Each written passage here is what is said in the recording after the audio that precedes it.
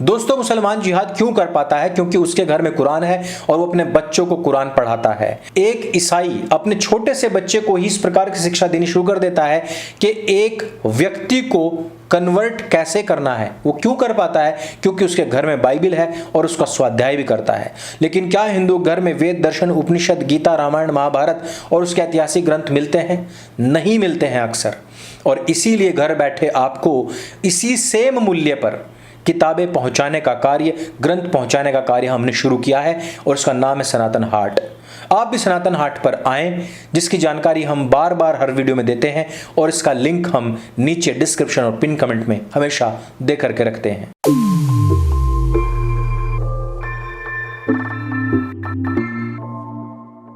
नमस्ते दोस्तों, आप सबका एक बार फिर से स्वागत है आपके अपने YouTube चैनल सत्य सनातन में।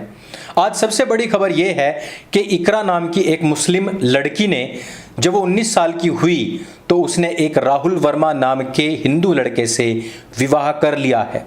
इस लड़की ने अपना आर्यकरण, सनातनीकरण करा लिया है और साथ ही साथ इसने पुलिस से भी गुहार लगाई है कि हमारा परिवार हमें परेशान ना करे। इतनी बड़ी खबर है लेकिन मेन स्ट्रीम मीडिया से पूरी तरीके से नदारद है। मैं जब कभी आज तक या ललन टॉप पढ़ता हूं तो वहां पर इस्लाम से प्रभावित होने वाली कुछ महिलाओं के नाम बताए जाते हैं कि किसी प्लम्बर ने किसी को प्रभावित कर लिया और उसको इस्लाम में कन्वर्ट कर लिया, लेकिन बाद में उन महिलाओं का क्या होता है उसके विषय में नहीं बताया जाता है। एक खबर मेरे सामने आई थी जिसमें पाकिस्तान के एक मोमिन ने एक विदेशी इंग्लिश महिला के साथ में निकाह किया और बाद में उसको काट फाट करके फेंक दिया। वो घर के अंदर ही 6 दिन तक सड़ती रही। एक तरफ जहां सनातन वैदिक धर्म की ओर आने वाली लड़कियों, महिलाओं का सम्मान होता है, उनको अपने प्राणों से भी ज्यादा उनकी रक्षा करते हुए समाज में एक नया और ऊंचा ओहदा दिया जाता है। यत्र नार्यस्तु पूज्यन्ते रमन्ते तत्र देवता की जो उक्ति है उस पर खरे उतरने का हर संभव प्रयास किया जाता है। वहीं पर हमारी हिंदू बहन बेटियों के साथ में इस प्रकार के ऐसे दुष्कर्म और दुराचार हो रहे हैं कि जिसके विषय में हम बात भी करें तो हमारा हृदय कंपित होता है, कांप जाता है, हाथ पैर ठंडे पड़ जाते हैं।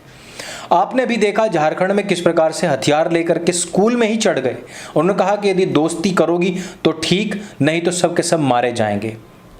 झारखंड का वही एक क्षेत्र है जहां पर एक मासूम नाबालिग लड़की को ना बोलने पर पेट्रोल डाल करके जला दिया गया था। ये वही झारखंड है जहां पर अभी अभी एक हिंदू भाई को भी इसी प्रकार से पेट्रोल डाल करके जला दिया गया है, लेकिन शासन प्रशासन है कि चुप्पी साधे बैठा है। सनातन वैदिक धर्म की ओर आने वाले एक पूर्व नाम जिनका जफर था और नया नाम जिनका चैतन्य है, उन्होंने इस विवाह को संपूर्ण कराया है।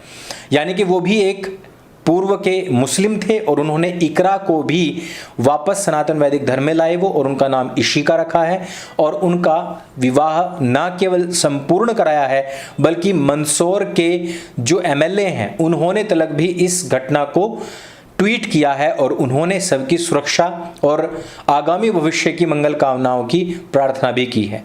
सुरक्षा भी देंगे और आगे इन लोगों का जीवन भी सफल हो उसके लिए भी कार्य करेंगे। हमने देखा कि अभी कुछ ही दिनों पहले एक बहन का अपहरण किया गया और उसके साथ में दुराचार करके उसको रोड पर फेंक दिया गया था। अभी एक और खबर आई है कि एक मुस्लिम ने अपना नाम बदल करके 15 साल की हिंदू लड़की को पहले गर्भवती किया और अब उसके ऊपर इस्लाम कबूल करके उसके साथ में निकाह करने का दबाव, निकाह करने का प्रेशर बना रहा है। लेकिन क्या कभी आपने किसी भी अवार्ड वापसी गैंग को इस विषय में बात करते हुए देखा है? क्या आपने कभी भी किसी भी फिल्म एक्टर या एक्ट्रेसेस को इन विषयों पर बात करते हुए देखा है? क्या आपने कभी भी किसी हिंदू, मुस्लिम या सेक्युलर को इस विषय पर बात करते हुए देखा है कि भारत के अंदर असहिष्णुता बढ़ रही है? क्या आपने कहीं पर भी इस प्रकार से देखा है कि भारत में अब मुसलमानों का जो हिंदुओं के ऊपर अत्याचार है वो लगातार बढ़ता जा रहा है? एक तरफ इकरा है जो इशिका बन करके अब अपना पूरा का पूरा जीवन एक छत्र राज की तरह जिएगी, लेकिन दूसरी तरफ हमारी वो गुमनाम बहन बेटियां हैं जिन्होंने केवल और केवल इन जिहादियों को ना करने की सजा ऐसी पाई कि उस सजा के आगे कोई सजा पाने के लिए शरीर बचता ही नहीं है, अर्थात उनको मौत के घाट ही उतार दिया गया है। एक तरफ कसाई है तो दूसरी तरफ ईसाई है जो हिंदुओं को लगातार पैसों का, चावलों का लालच दे करके, उन हिंदुओं को जो बेचारे सिर्फ हैंड टू माउथ हैं, उनको लालच दे करके, बहला करके, फुसला करके केवल और केवल कन्वर्ट कर रहे हैं। और बाद में क्या होता है, इनमें से जो नन बनती हैं उनके साथ में लगातार दुष्कर्म और दुराचार होता है, और फिर उसके बाद में वो फादरी अपने प्रभाव से, अपने प्रभुत्व से, अपने पैसे से, अपनी पावर से बच निकलते हैं। अभी हमने देखा किस प्रकार से नेपाल के बॉर्डर पर लगातार मुसलमानों की आबादी बढ़ती जा रही है, लगातार वहां पर रोहिंग्या बांग्लादेशियों की तादाद बढ़ती जा रही है, लगातार वहां पर मज़ारें बन रही हैं और वहां पर आने वाले हिंदुओं की तादाद भी बढ़ रही है। आप ये हमेशा देखेंगे और पाएंगे कि जहां पर भी इस प्रकार की मज़ारें होंगी वहां पर अक्सर कर हिंदू महिलाएं आपको सर्वाधिक मिलेंगी। अर्थात मन्नतवाद का यह अंधविश्वास इतना ज्यादा जोर पकड़ चुका है कि आपको कुछ भी यदि अपनी मेहनत के अभाव में ही अप्राप्य है तो आप सीधे जाएंगे और वहां पर किसी का अली अली तो किसी का हुसैन हुसैन तो किसी का पोपट पोपट चिल्लाना शुरू कर देंगे, छाती पीटना शुरू कर देंगे। लेकिन ये मन्नतवाद की आग यहाँ पर बुझने वाली नहीं है। जब तक हम अपने ग्रंथों को नहीं जानेंगे, जब तक हम ये नहीं पढ़ेंगे कि कर्मण्येवाधिकारस्ते मा फलेषु कदाचन, जब तक हम अपने वैदिक धर्म दर्शन को नहीं पढ़ेंगे, नहीं जानेंगे, तो हमारी यही दुर्दशा होती रहेगी जिस प्रकार से आज हो रही है। 8 से अधिक राज्यों के अंदर हिंदू आज अल्पसंख्यक है, लेकिन कोर्ट उनकी बात सुनने तलक को भी तैयार नहीं है।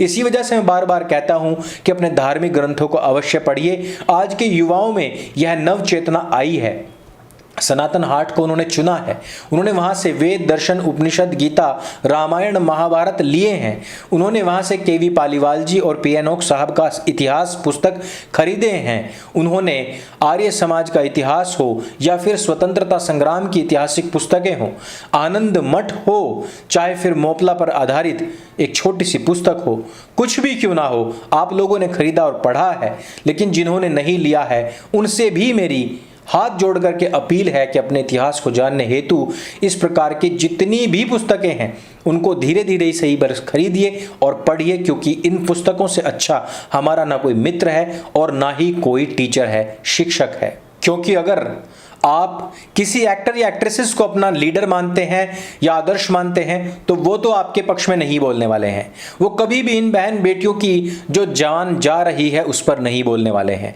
वो कभी भी फोर्स्ड कन्वर्जन के ऊपर नहीं बोलने वाले हैं, वो कभी भी उन हिंदू महिलाओं के अच्छे बीतते हुए जीवन की कभी भी कोई भी प्रशंसा नहीं करने वाले हैं जो घर वापसी करके हिंदुओं के घर में आई है।